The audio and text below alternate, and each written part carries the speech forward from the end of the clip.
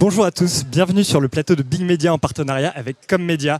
Nous sommes à Tourcoing pour la 5e étape de la tournée Entrepreneuriat pour tous. Et aujourd'hui, j'accueille Christophe Tran, le cofondateur de Les Savonnables, une boutique en ligne de soins naturels et d'accessoires zéro déchet. C'est bien introduit ? C'est très bien introduit. Bonjour, donc effectivement Christophe Tran, j'ai 40 ans, je suis papa de 3 filles et donc cofondateur des Savonnables. Alors Christophe, est-ce que tu peux te présenter un peu, peut-être parler de ton expérience avant de te lancer et de ce qui t'a donné envie de te lancer dans l'entrepreneuriat plus tard ? Alors, pour revenir sur mon parcours, j'ai eu déjà un parcours scolaire très bref puisque j'ai arrêté un petit peu après la 3e. J'ai commencé par des petits boulots, notamment dans la restauration. J'ai une première expérience dans l'immobilier et c'est à ce moment-là où j'ai pris conscience que j'avais envie de faire quelque chose qui me passionnait. J'ai commencé une formation dans le numérique. À l'époque, c'était de la PAO en fait, puisque ça remonte à 2005. Donc la PAO, c'est tout ce qui touche à Photoshop, Illustrator, c'est de la création graphique d'images. Exactement, c'est ça. Ça a formé au métier de maquettiste et plus largement web designer, mais un peu plus tard. Et donc à l'issue de cette formation, j'ai vite travaillé en fait en tant qu'infographiste, maquettiste, web designer. Et très rapidement, on m'a confié le studio digital d'une marque de prêt-à-porter dans le nord de la France. Et j'ai bossé 10 ans dedans, donc en tout cas une très belle expérience.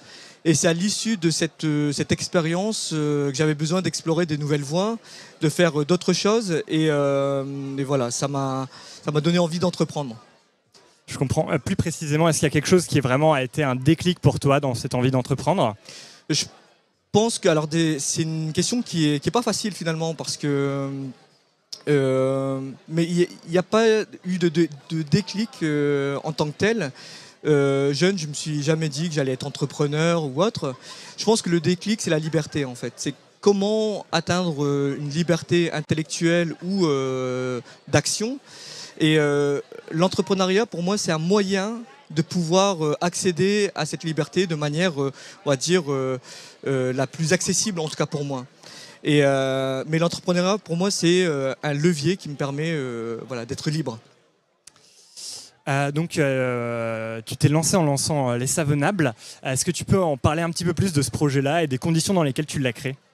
Alors, Les Savonnables, c'est une boutique en ligne qui concentre une sélection fine de produits artisanaux qui vient d'un peu partout en France.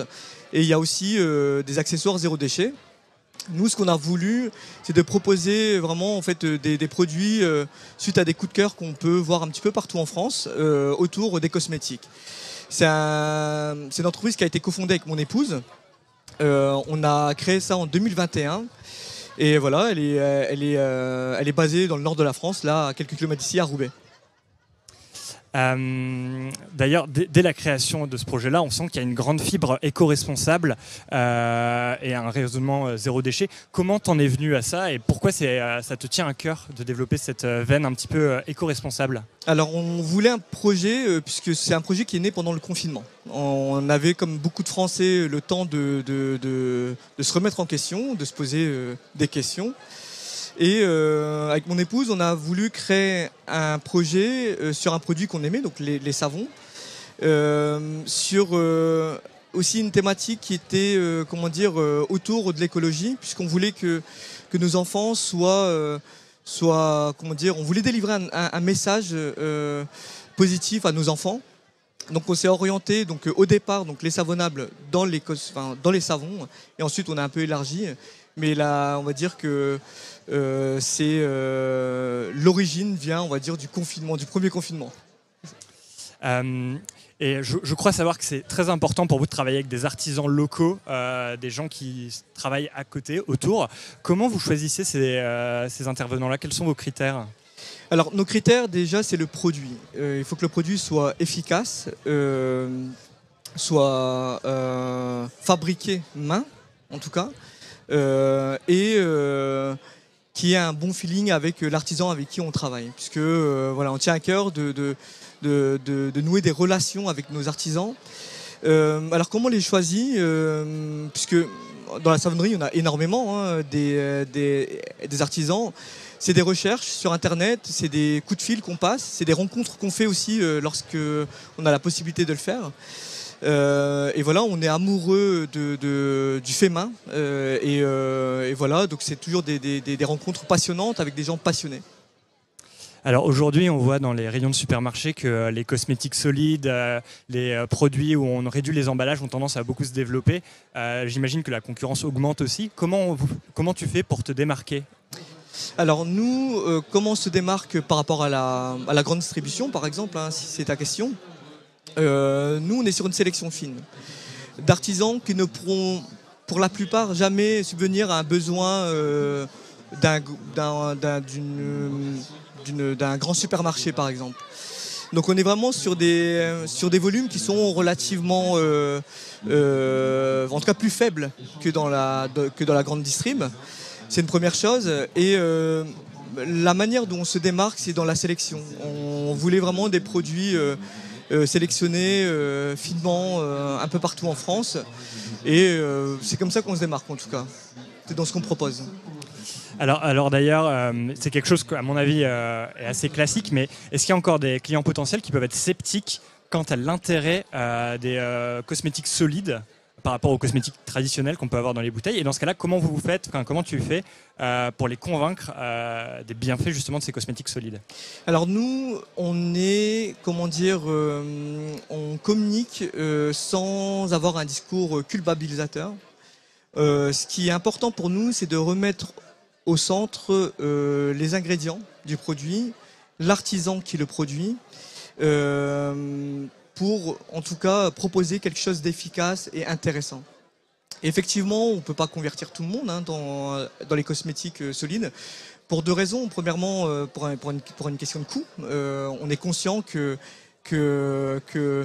les produits artisanaux sont plus chers que les produits de la grande distribution ou des produits industriels, du moins. Mais en tout cas, on participe à notre échelle à convertir des personnes sur une consommation plus saine et plus responsable. Et rien que ça, on est très fiers de ça. Alors aujourd'hui, Les Savonnables, c'est avant tout une boutique en ligne. Est-ce que un jour, tu envisages d'autres modalités de distribution, lesquelles ?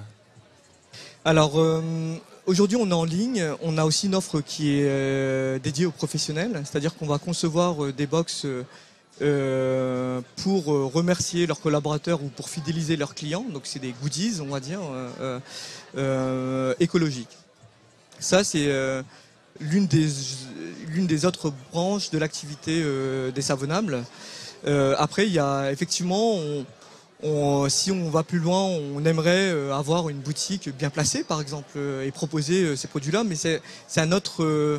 c'est encore une autre activité sur laquelle, à l'heure actuelle, ce qui est important, c'est de stabiliser ce qu'on fait, de pouvoir continuer à acquérir, en tout cas, de nouveaux clients et de développer l'entreprise. Effectivement, tout ce qui est lié au retail, à la partie physique, on y porte un intérêt. Alors, vous vous êtes lancé en 2021. Depuis que vous vous êtes lancé, quelles ont été les étapes un petit peu cruciales à passer, les challenges à remonter ? Alors, les étapes cruciales, la première, c'est que c'est un projet qu'on a cofondé avec mon épouse. Ça a été une première étape parce qu'on a sous-estimé la phase de rodage. C'est-à-dire que en tant que couple, en fait, on a l'impression que beaucoup de choses sont naturelles. Et dans le monde du travail, on a besoin de plus formaliser les choses, de trouver des temps de discussion pour le travail, pour la maison. Voilà, tout ça, en fait, toute cette organisation-là, en fait, elle s'est pas faite naturellement. Mais ça a été donc l'une des premières difficultés qu'on a rencontrées, mais qu'on a réussi à surpasser, en tout cas, avec le temps qu'il faut.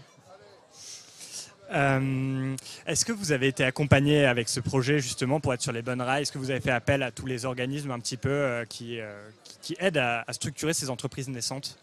Oui, au bout d'un an d'activité, on a ressenti le besoin d'être accompagné par une structure parce que on s'est vite rendu compte que seul on ne pouvait pas répondre à toutes les questions ou résoudre tous les problèmes qu'on a quand on est entrepreneur. On a été accompagné par EDLV pour pouvoir être challengé sur ces sujets, sur des sujets de croissance, de vision, de stratégie également. Et également, on a un mentor qui nous suit pour pouvoir challenger tout ça. Peut-être quelques chiffres sur l'activité des Savonnables. Oui, quelques chiffres, c'est plus de 7000 clients aujourd'hui, plus de 30 000 produits faits main envoyés un peu partout en France. Donc ça, on est super fiers de ça. Et on travaille avec une vingtaine d'artisans. Et pour les années à venir, est-ce que vous avez des ambitions particulières que vous aimeriez pousser un petit peu ? À court terme, c'est de développer la partie professionnelle, de continuer à proposer au secteur B2B en fait, des produits plus écologiques, plus responsables pour fidéliser ou de prospecter d'ailleurs.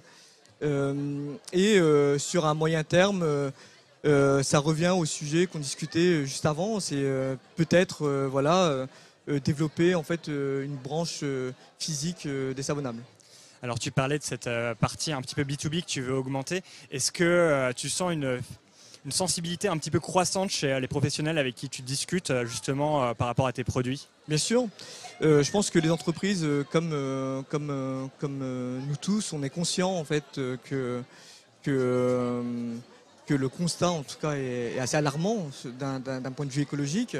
Les entreprises ça leur permet d'intégrer leurs cadeaux pour éviter, en tout cas pour changer des stylos, des mugs, etc., de partir sur des produits plus écologiques en lien avec leur démarche RSE. Et nous, c'est ce qu'on propose, nous. Merci les beaucoup. Accompagner dans ce sens. Peut-être un mot de la fin, un message que tu aimerais faire passer pour les personnes qui nous regardent ? Le message que je souhaite faire passer en tout cas aux porteurs de projets, c'est oser. N'ayez pas peur des étapes et n'ayez pas peur de l'échec. En tout cas, c'est un parcours qui est extrêmement riche. Donc voilà, osez et soyez audacieux. Merci beaucoup Christophe.